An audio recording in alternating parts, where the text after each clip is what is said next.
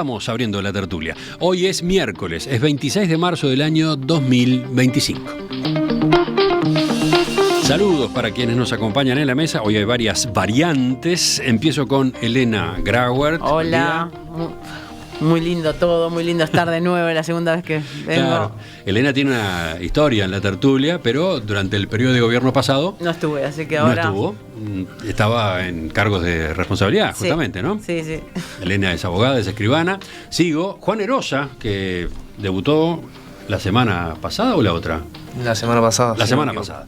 Juan Erosa, militante de Rumbo de Izquierda, espacio 609. ¿Cómo te fue, Juan? ¿Cómo te comentaron la participación? Bien, creo que bien. Yo me divertí mucho. Si quieres, agradezco que me hayan invitado de nuevo.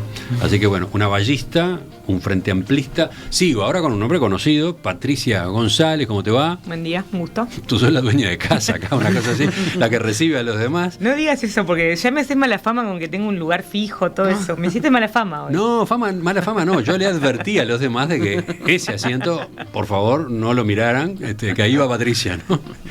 Digo, has tenido tus roces, tus altercados. No, bueno, Martín Bueno, por ejemplo, ha asumido sentarse en otro lugar. Ahí está. Bueno, y el último saludo es para Tomás Teijeiro, que debuta hoy. Tomás, bienvenido. Buen día, muchas gracias por la invitación, Emiliano, y gracias al resto del panel por compartir. Tomás es abogado, integra el comité ejecutivo del herrerismo y, bueno, lo hemos entrevistado en los últimos años por su rol en el Ministerio de Trabajo y Seguridad Social, ¿no? Es verdad, sí.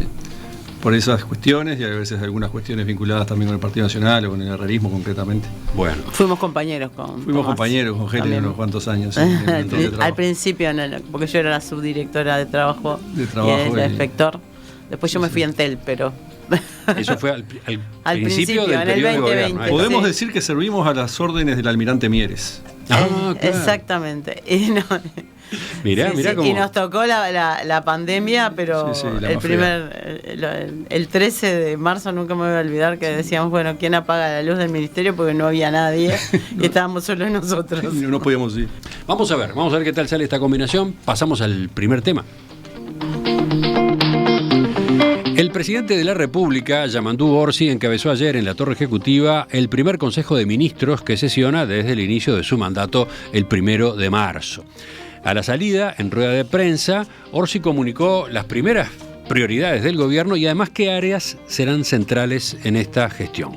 Acompañado de la ministra de Salud, Cristina Lustenberg, y el director de la Oficina de Planeamiento y Presupuesto, Rodrigo Arín, Orsi explicó ante los medios que el objetivo de esa reunión del Consejo de Ministros había sido repasar los ejes programáticos a aplicar en este periodo como forma de ordenar el trabajo y monitorear los avances que se vayan produciendo.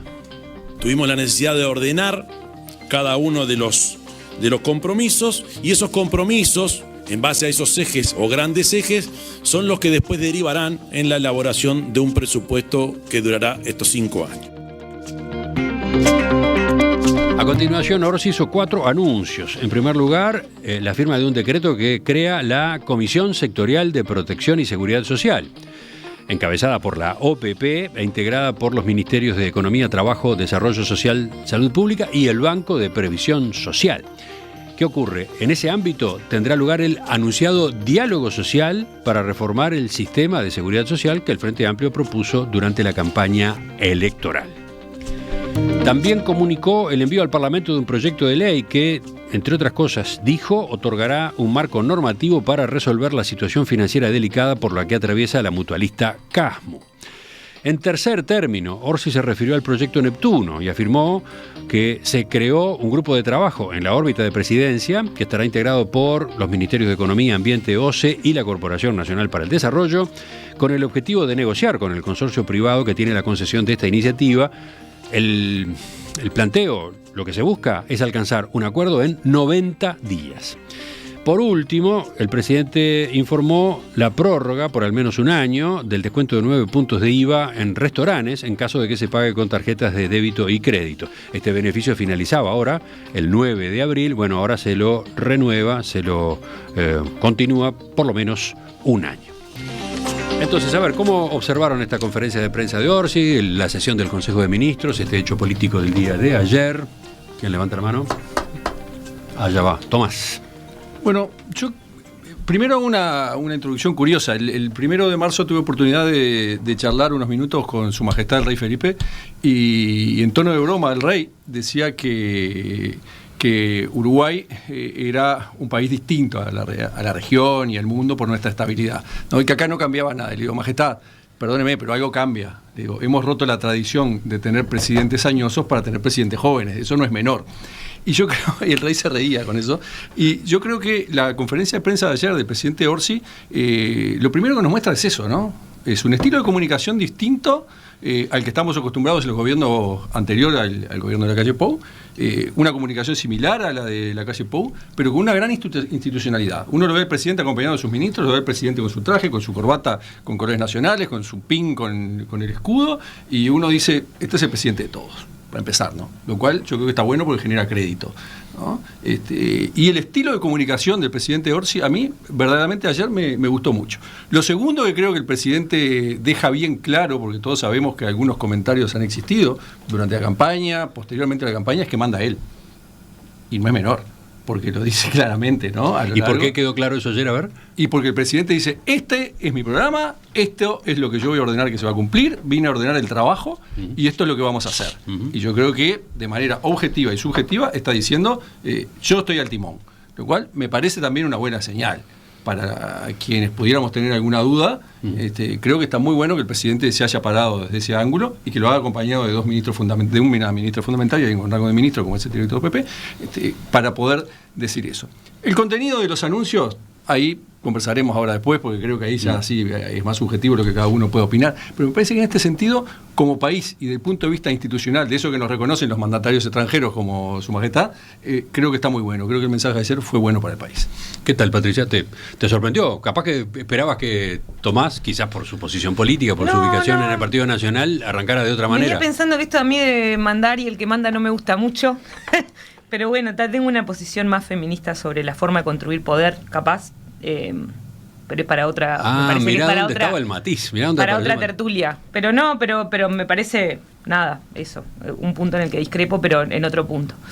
Después me parece que hay una cosa nueva o distinta, que es la forma de funcionamiento en gabinete, ¿no? En general la institución del gabinete de ministros es una institución del Estado importante, ¿no? De hecho hay muchos de los decretos que se firman, el presidente de la República y su gabinete de ministros compone el Poder Ejecutivo, que era un modelo que anteriormente se citaba de una manera distinta, ¿no? El Frente venía de un proceso de citar los gabinetes semanales, digamos, y pasamos a un gobierno, en el caso del gobierno de Lacalle, que lo citaba excepcionalmente. Al Consejo de Ministros. No, al Consejo de Ministros. Sí, había una citación excepcional del Consejo de Ministros como en tanto institución, y me parece que hay un regreso de alguna manera a poder pensar, que creo que hace a una lógica distinta de la construcción del poder, que es el presidente y su Consejo de Ministros, que quiere decir de alguna manera que hay un espacio de discusión y de diálogo político donde se jerarquizan los temas que se van a tratar en la semana, en el mes o en la quincena, y se sale con los ministros que tienen los anuncios más importantes a hacer el planteo. Entonces me parece que yo creo que hay una forma de comunicación distinta y hay una forma de construir política distinta, que de alguna manera lo que hace es pensar el Poder Ejecutivo en tanto a un equipo y no solo en tanto a un presidente. Y a eso, por lo menos para mí, es lo más interesante del proceso de ayer. No se habló, o por lo menos yo no escuché, sobre cuál es la frecuencia que proponen para el gabinete. Eso para mí sería importante. Yo creo que funcionar en gabinete mejora la calidad de la política, sin duda. No es solo un presidente saliendo a decir yo lo que quiero hacer es me parece tal cosa, sino que es una discusión de un equipo de gobierno y eso para mí es mejor. Y después sobre los anuncios, a ver, capaz que... lo dejamos para el segundo punto. Punto suspensivo porque Tomás paró Perfecto. Ahí también. Perfecto. Hay un matiz, Emiliano, ¿Sí? lo que decía Patricia, que es el funcionamiento en Consejo de Ministros o por acuerdo, que es como funcionan los presidentes, tiene no solamente una relevancia mediática y de comunicación, sino una relevancia jurídica. Las decisiones tomadas en Consejo de Ministros en acuerdo son bien distintos por la fuerza que tienen los decretos. Entonces, eso que tú decís hay que analizarlo a la luz de lo que pase después, porque si se reúne en Consejo de Ministros pero decretan acuerdo, la imagen no va a tener la fuerza jurídica que se quiere transmitir. Son dos cosas bien distintas. Mirá dónde hila fino Tomás. ¿Cómo es eso de que tienen valor distinto los decretos? Y si tú tenés un decreto que está firmado Sí. en acuerdo, Sí. que está firmado por el presidente y un ministro. Sí, yo entiendo. ¿no? si tú lo querés modificar, te alcanza con la firma del presidente y un ministro. Si tú ¿sí? tienes un decreto firmado en Consejo de Ministros, vas a requerir las voluntades del Consejo de Ministros. O sea, hay dos instancias bien distintas. Anotamos. Por eso no es solamente lo mediático, está también el No, lo político, yo no estoy hablando de lo mediático, estoy hablando de la forma de control política. Primero es muy interesante la observación que hace Tomás, vamos a reparar en ese detalle porque capaz que no lo estábamos teniendo en cuenta en general, ¿no? Cuando vemos el funcionamiento de un gobierno. Pero claro, Patricia iba más a la idea, al tipo de ejercicio del gobierno, ¿no? A ella le gustaba esa dinámica, la de las reuniones de Consejo de Ministros frecuentes. Todavía no sabemos cuál es la frecuencia en este caso. Pero es un hecho que ha habido estilos diferentes, ¿no? En las presidencias desde 1985 en adelante hay costumbres diferentes, frecuencias diferentes, ¿no? Vamos a ver cuál es la huella de este gobierno en particular. Hay un tema que se inició incluso con la calle Pou, que es el de los presidentes jóvenes quizás, y en la forma de cómo se comunican. Cambió la forma de comunicación incluso de los presidentes con la sociedad. Está bueno la comunicación de Orsi ayer en cuanto a su institucionalidad, en cuanto a su mandato y en cuanto a la fortaleza y con todo el Consejo de Ministros. En realidad a mí me causa muchas gracias las discusiones del Consejo de Ministros porque eso viene un poco de la época del colegiado, o sea, que haya un Consejo de Ministros donde tenga algunas potestades y competencias especiales fue porque nosotros devenimos, la Constitución del 67 devino de la reforma del colegiado. Entonces, para muchos oyentes jóvenes, acá hay algo que hay que explicar. Tiene un origen histórico que el Consejo de Ministros tenga fuerza en algunas competencias, tenga mayor importancia que el acuerdo con los ministros. Por eso porque presidente antes el Poder Ejecutivo estaba a cargo de un colegiado. Claro. Y ese colegiado a su vez tenía representación bipartidaria, ¿no? Que era bipartidaria, sí, porque en ese momento había dos partidos. Pero aparte el colegiado era el presidente, o sea, era el presidente hoy en Uruguay no solo la figura del presidente. No, es que el presidente solo no vale, el presidente es representa, pero el poder ejecutivo funciona o con un ministro o en Consejo de Ministros. Si no, no tiene fuerza. Sí. Entonces eso tiene un origen histórico en Uruguay que un poco hace a nuestra institucionalidad del acuerdo, porque es muy importante las formas para en cómo se desarrolla el gobierno y cómo se desarrolla el poder. Los oyentes sabían, los más jóvenes sabían que antes de 1966-67 no teníamos presidente. No teníamos presidente. Teníamos integrantes del Consejo Nacional de Gobierno, ese era el nombre técnico del colegiado, ¿no? Sí, claro. El presidente del Consejo Nacional de Gobierno. Sí, había presidente rotativo. Claro, había presidentes, pero eran rotativos. Claro, después duró poco, ¿no? Del 58, es del 58, ¿no? El 50. Me pierdo con hasta el 67. Exacto. O sea, en realidad fue toda una discusión de Jorge Valle en su momento, porque su padre era colegialista, porque Pepe Valle era colegialista y Jorge Valle no era colegialista. Entonces, en realidad, luego que muere su padre, ahí Jorge y Julio María Sanguinetti son los que un poco empiezan a volver al sistema presidencialista, porque había problemas de ejecutividad. Así que entonces, Patricia, tú sos colegialista. ¿Te gusta la dinámica del colegiado? No quiero ponerme ahí, me gustaría. Hay un amigo, Pablo Ney, pobre, que falleció, que era politólogo, que tiene un libro sobre colegiado que es muy interesante leerlo como historia. Yo igual entiendo y suscribo lo que dice Patricia. A mí me parece que el presidente Orsi tiene un estilo distinto. De cómo es una discusión que yo la he tenido con algunos correligionarios míos. Yo, como soy canario, conozco bastante la gestión del presidente Orsi y en algún punto la valoro y lo valoro mucho a él personalmente. Me parece que es una persona de diálogo. Y creo que el presidente Tomás es de Las Piedras, ¿no? De Las Piedras, sí. El presidente Orsi tiene un estilo de liderazgo distinto que creo que de alguna manera se marca. Pero no hay duda, Patricia, que el presidente de la República fue elegido para mandar, para llevar el timón. Eso es lo que la Constitución dice. Yo creo que duda por suerte y sobre todo porque por eso podemos opinar. Bueno, sí, pero nos regimos en un Estado de Derecho donde lo que nos rige es la Constitución, y la Constitución dice que el presidente es el que lleva el timón. Entonces, yo creo que a eso era lo que me refería. No sé, ¿en qué parte de la Constitución dice eso? Técnicamente, ¿no? Como recién lo comentaba Elena. Pero eso no quiere decir que lo jurídico esté divorciado de la parte política, que creo que sí que el presidente tiene un liderazgo más colectivo. Yo creo que es muy importante que lo jurídico vaya conectado mucho con lo político, porque justamente las formas son los que nos dan las garantías institucionales y los que nos dan una buena democracia, una buena calidad de democracia. Cuando se empiezan a romper las formas es cuando empezamos a perdernos en la democracia y perder derechos. Así que no es menor el tema. Bueno, vamos ahora con Juan, que es politólogo además, o sea que de estos temas que arrancaron discutiéndose, supongo todavía, que tiene nunca, para nunca aportar. lo fui a buscar. Así que lo vamos a reservar esa parte. Cuasi politólogo. No, a ver, a mí me pasa lo siguiente, yo siento que la siembra de la duda sobre el liderazgo de Yamandú es una cosa que ha hecho la oposición, ¿no? O sea, poner en tela de juicio si era Yamandú o si era otro, si qué sé yo, ¿no? Con aquella ridiculización absurda que hizo el senador Da Silva en algún momento. Me parece que es una cosa que se ha sembrado, pero que ni a la interna del Frente Amplio ni en el seno de la población me parece que en ningún momento estuvo instalado, ¿no? Yamandú le tocó, tiene la responsabilidad de liderar este nuevo gobierno y lo ha hecho, y acá es la parte que más me parece interesante y celebro que hayan arrancado por la cuestión de las formas o por cómo fue la comunicación presidencial.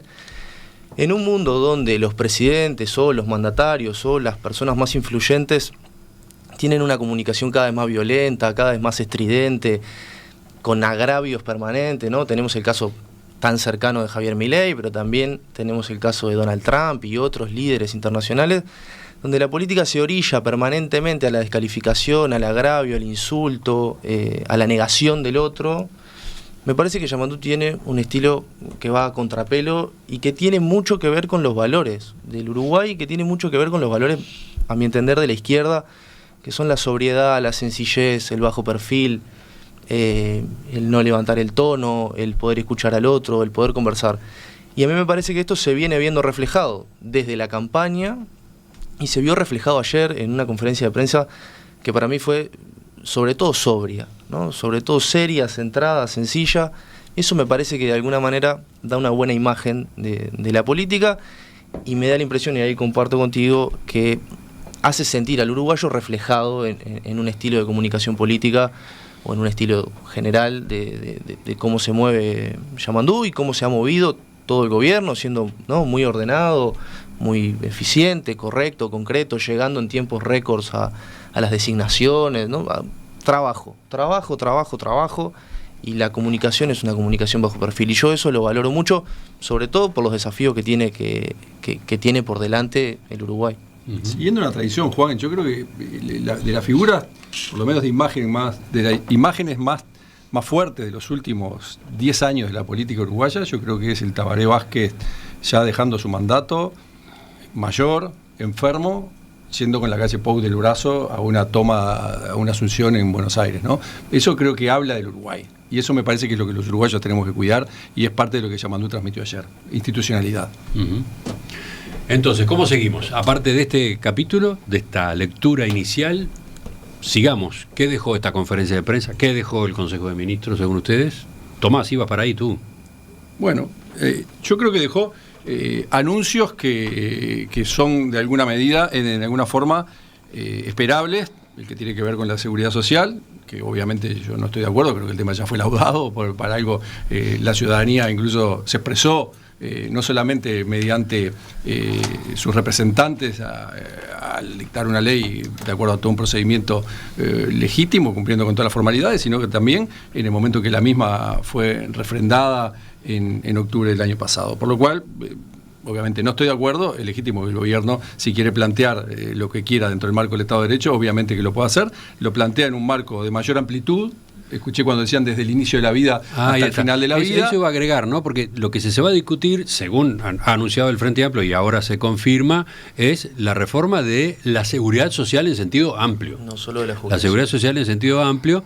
Por ejemplo, Arim, el director del OPP, explicó que el enfoque es comprensivo, supone debatir la matriz de protección social a lo largo de todo el ciclo vital de las personas, desde el nacimiento hasta la muerte, rediscutir y redefinir desde una perspectiva integral cuál es el modelo de protección social que deseamos los uruguayos tener en el siglo XXI, manteniendo la sustentabilidad fiscal y asegurando que las prestaciones que se brinden en el futuro sean adecuadas para los ciudadanos. Esa fue la definición. Bueno, es nada menos y nada más que una discusión que tiene solamente 150 años desde que Bismarck la inició, ¿no? Y que ha llevado al mundo occidental con distintos derroteros de éxito o de fracaso, tanto en la implementación de las políticas como desde el punto de vista económico. Yo creo que en todo lo que esté más allá de lo que ya fue ratificado por la ciudadanía en el plebiscito, yo creo que obviamente es una discusión que puede ser bienvenida, porque Uruguay es un país joven, que creo que se tiene que dar todavía discusiones, como qué hacer con su gente desde que nace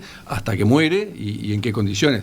Después, obviamente que el ex decano, rector, es bien claro en lo que habla, ¿no? Hay que ver la sustentabilidad, porque creo que los principales problemas que están teniendo hoy las naciones europeas es el de mantener los estados de bienestar. A ver, sobre este punto en particular, Patricia. Sí, a mí me parece de los anuncios lo más interesante. Tengo algunas preocupaciones con lo de Neptuno, pero el diálogo de la seguridad social es lo que me parece que se pone arriba de la mesa como el punto más importante del gobierno. Parte de lo que el Frente Amplio dijo en todo momento es que lo que se estaba haciendo era una reforma jubilatoria, en una reforma a la seguridad social. O sea que de alguna manera vos tenés que pensar en cómo se elabora y cómo se construye política pública para la seguridad social, que es básicamente lo que hacen todos los ministerios. O sea, el Estado tiene una de las funciones centrales del Estado, ¿no? Es la de la protección social, el elemento de la protección social y los 4 pilares. ¿Qué quiere decir eso? Bueno, que tanto el Ministerio de Salud Pública, el Ministerio de Desarrollo Social, el Banco de Previsión Social, que hay un montón de organismos que construyen política pública en términos de la seguridad social y de la protección social de las personas. Por tanto, me parece que empezar a pensar eso, no solo en términos de reformulación de la ley y cambio de la ley, sino de rediscusión sobre la forma de vivir, en un momento en el que la discusión sobre las formas del trabajo está puesta arriba de la mesa, me parece que eso también es importante, me parece algo bastante relevante. Me gustaría ver más cómo va a funcionar, cuál es el funcionamiento. Entiendo que se va a integrar el PIT-CNT, las empresas, eso lo planteó el director de la OPP.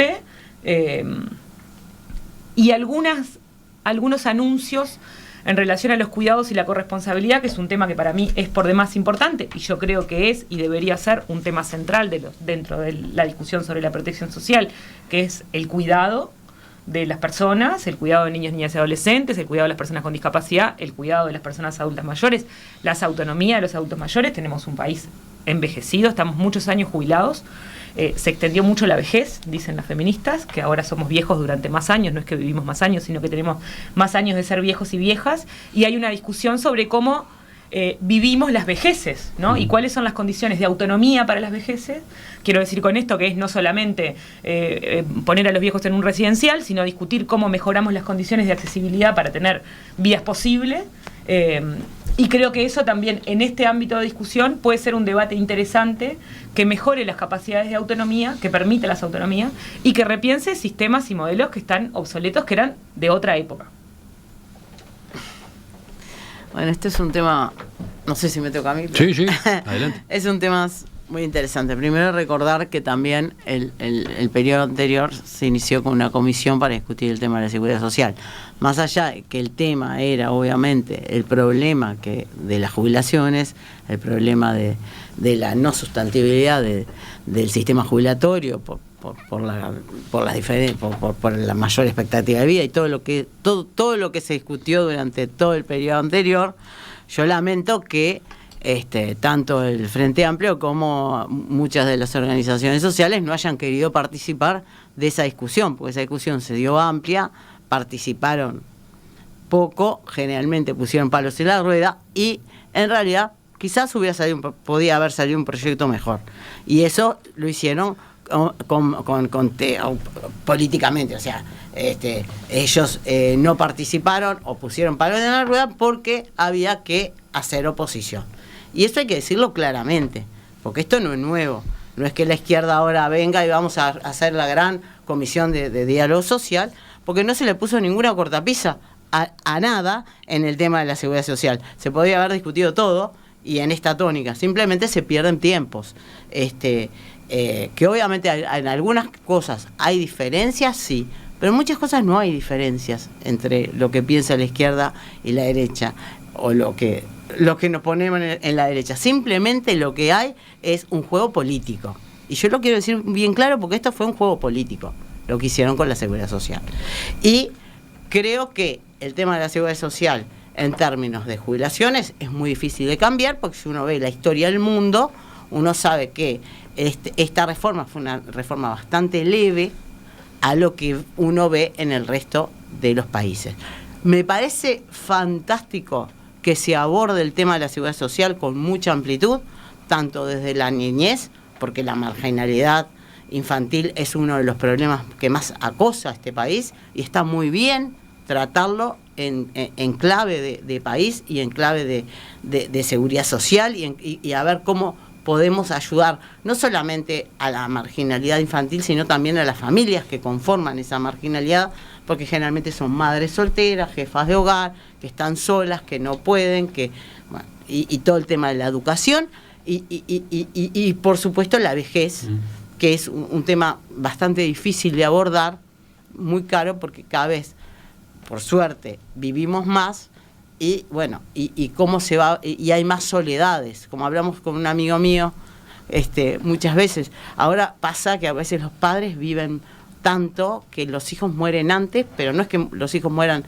muy jóvenes, los hijos ya mueren viejos, y de repente quedan padres de 90 años con hijos que fallecieron a los 70. Sí, entonces, sí, es tremendo. Ese tipo de situaciones se están dando y conviene tenerlo en cuenta, ¿no? Claro, entonces abordar todo esto me parece fantástico y hay que participar, y lo apoyo, y creo que está bien, y que lo que es la coalición republicana y vamos a participar de ese diálogo porque nos importa, pero no quería dejar de puntualizar lo que no se había hecho en el periodo anterior. Tenemos varios de los anuncios de Orsi para comentar, así que vamos a cerrar con este primero, Juan. No, un comentario previo. A ver, a mí me parece que el resumen de la conferencia de ayer deja un equilibrio entre temas fundamentales para el país y temas urgentes. Porque está bien, el tema del CASMU no es un tema muy divertido como para conversar en una tertulia, pero es un tema que le afecta a un montón de gente que trabaja y que se atiende, ¿no? Entonces, hay un gobierno que está pensando en 10, 15, 20 años hacia adelante, y también está pensando en el ahora, ¿no? En lo que hay que solucionar ya.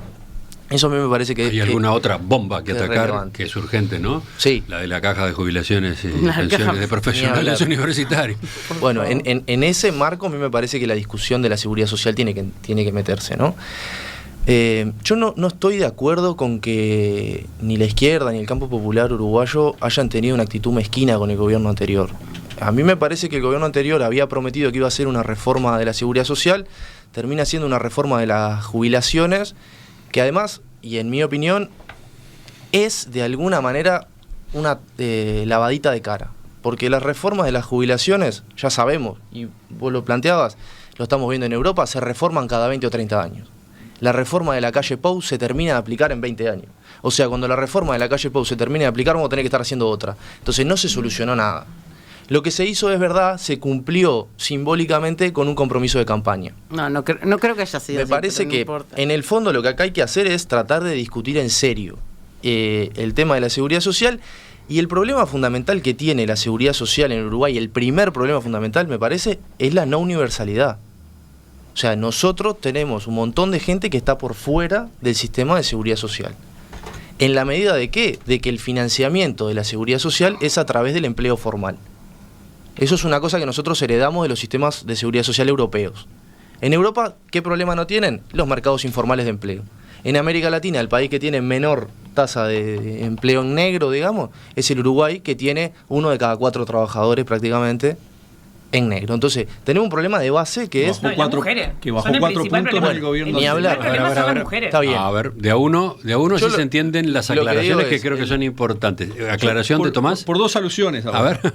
Por 2 alusiones. Yo los dejé terminar a todos. Los esperé. Quiero saber si hay alguna corrección de información. No, pero espero que termine Juan y las soluciones van después, porque es correcto lo que dice. Yo fui grosso modo. Uruguay no tiene 25% de trabajo negro, tiene menos. Es un estimativo. Anda en el entorno del 20, por ahí. El punto es que para graficarlo es difícil decir 0,8 por persona de cada 4. El punto es que tenemos un montón de gente por fuera. ¿Por qué? Porque financiamos nuestra seguridad social a través de impuestos anclados al empleo formal. Para mí, en el seno de la discusión lo que tiene que estar es cambiar la forma de financiarla. Nosotros deberíamos financiar esto juntos, toda la sociedad, a través de métodos de recaudación que sean colectivos y compartidos. Y no que dependan de si el empleador te quiere o no, o si te puede o no, porque hay un montón de gente que no puede poner a sus empleados en blanco también. Eso es cierto. completar este punto, ¿qué decías tú, Tomás? Dos alusiones. La primera, que tiene que ver con la informalidad, es que en el gobierno de 2000 a 2025 y con una pandemia de por medio, bajamos 4 puntos la informalidad y fuimos el país con menos informalidad de Latinoamérica. O sea, ¿cuál? Uruguay. Ahora estamos en 21 y pico, 22. Bien. Pero bajamos durante la pandemia, que toda Latinoamérica subió. Y la segunda, que yo entiendo, y no soy especialista en la reforma de la Seguridad Social, que puedan haber quedado cosas por el camino, que cada uno tenga su óptica, era algo que había que hacer y durante 15 años no se hizo, y sí se hizo asumiendo los riesgos políticos y los riesgos de gestión durante un gobierno que gobernó con una pandemia en el medio, ¿no? Patricia. No, que un aporte en esto que decía, que yo comparto lo que decía Juan, me parece que ahí el punto más importante son las mujeres, porque parte del problema histórico que tiene nuestro sistema es que en el modelo donde todo se media por el empleo, las empleadas domésticas, las trabajadoras, las amas de casa, no entran como jubilación. Y ahí hay todo un modelo en el que vos dependes de tu marido, ¿no? Y la pensión es en torno a tu marido, si tu marido te deja una pensión o no te deja una pensión. Por tanto, todo el trabajo doméstico y de cuidados, nosotros no lo financiamos. Y las mujeres que se dedicaron a cuidar los hijos no tienen forma de jubilarse. Entonces, hoy, y son las que viven más, además. Entonces, el principal problema que tenemos hoy son las mujeres. Difícil abarcar en este momento, en esta tertulia, en estos minutos de tertulia, los distintos anuncios que hizo ayer el presidente Yamandu Orsi. Pero, por ejemplo, sobre el proyecto Neptuno, a ver, ¿cuál elige cada uno de ustedes para resaltar? Arranco yo, Néstor. Sí, Juan. El proyecto Neptuno es el proyecto de infraestructura más importante que tiene el Uruguay hacia adelante, ¿no? Lo que nos pasó el gobierno pasado, el periodo pasado, de quedarnos sin agua en Montevideo, no nos puede volver a pasar nunca más. Yo me acuerdo que pensaba en ese momento que uno de niño en la escuela te enseñan que el Uruguay es uno de los países del mundo que mayor cantidad disponible de agua dulce tiene, y nos habíamos quedado sin agua para tomar. Entonces me parece que ese proyecto es el proyecto de infraestructura más importante que tenía el Uruguay antes y que sigue teniendo pendiente ahora. A mí me pareció un error político, no lo quiero calificar, pero me parece que estuvo mal lo que hizo el gobierno anterior a 2 meses o a 1 mes de terminar su periodo, dejar firmado un proyecto que sabía que además tenía diferencias con el gobierno entrante. Me parece que fue un error, me parece que es de esos gestos que atentan de alguna manera contra esto que hablábamos al principio, de la continuidad, del respeto institucional, del respeto al otro, de entender que también tu periodo terminó, lo que ya no resolviste antes, le toca resolverlo al que viene. Me parece que el Frente tenía a priori un proyecto que era mejor, pero bueno, ahora está bien, el gobierno asumió una posición de cuidado institucional. Habrá que ver en qué margen se puede negociar un proyecto mejor y una solución. Al final de cuentas, una solución mejor para la población. Voy con Elena, ¿sobre este mismo asunto o sobre otro? A ver. Sobre Neptuno, sí, porque me encanta el tema. Primero, creo que es uno de los proyectos más importantes que tiene el Uruguay. Segundo, sinceramente, yo estoy muy vinculado con el campo y la sequía no fue de último año. Veníamos en un proceso de sequía de más de 5 o 6 años, muy feo, muy complicado. El sector agropecuario, al cual no se le da muchas veces los montevideanos no lo escuchan, venía diciendo el proceso de sequía. Finalmente la sequía vino a Uruguay.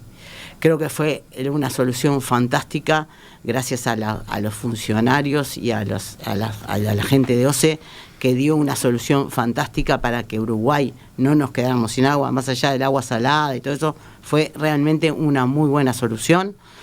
No se hizo en los periodos anteriores ningún tipo de inversión para mejorar el tema del agua, y hay que asumir también esas culpas.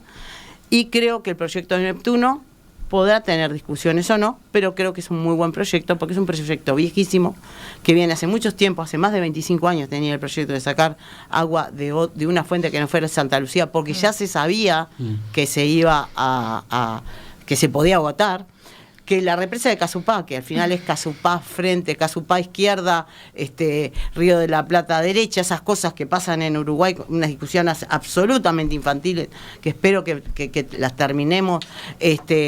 En realidad Casupá no soluciona el tema del déficit de agua, no lo soluciona.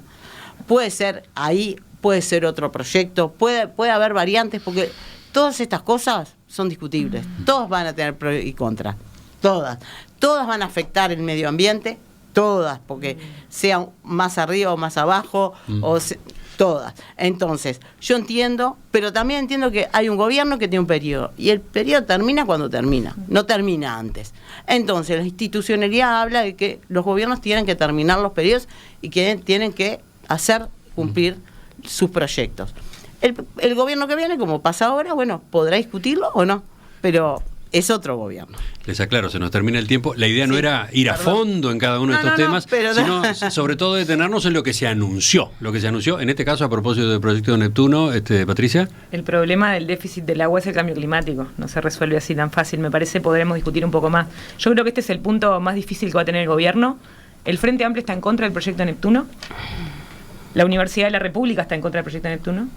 Y el movimiento social ambientalista también. Por tanto, el posicionamiento que logre tener el gobierno de Orsi es muy importante y es un punto de tensión. Y a mí sí me parece importante decir que toda la evidencia científica muestra que el modelo y el mecanismo no es este. Que hay otros procesos que pueden ser...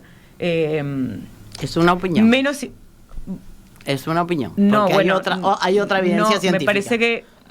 Está bien. Es una discusión muy larga. Me parece que todo, en general, por eso hay que hablar más. Yo estoy hablando del movimiento ambiental. Está bueno, vos habla como vos te parezca, yo hablo como me parezca a mí. Yo estoy hablando del movimiento ambiental. El movimiento ambiental, el Frente Amplio y el movimiento social en general está en contra de este mecanismo como una solución. Sería muy importante darnos cuenta que este es un proceso de tensión y que va a generar tensión entre el gobierno y tal vez la izquierda. Me gustaría que esto se incorporara como parte de las discusiones que tenemos para el futuro sobre cómo vamos a resolver el problema del déficit hídrico.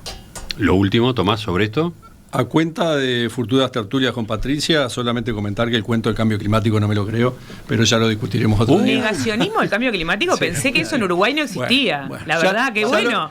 No sabía que teníamos ese problema. Para dejarla picando así, ya la conversaremos en otra oportunidad. Qué viaje, ¿no? Con respecto al proyecto Neptuno, yo creo lo mismo que decía Elena.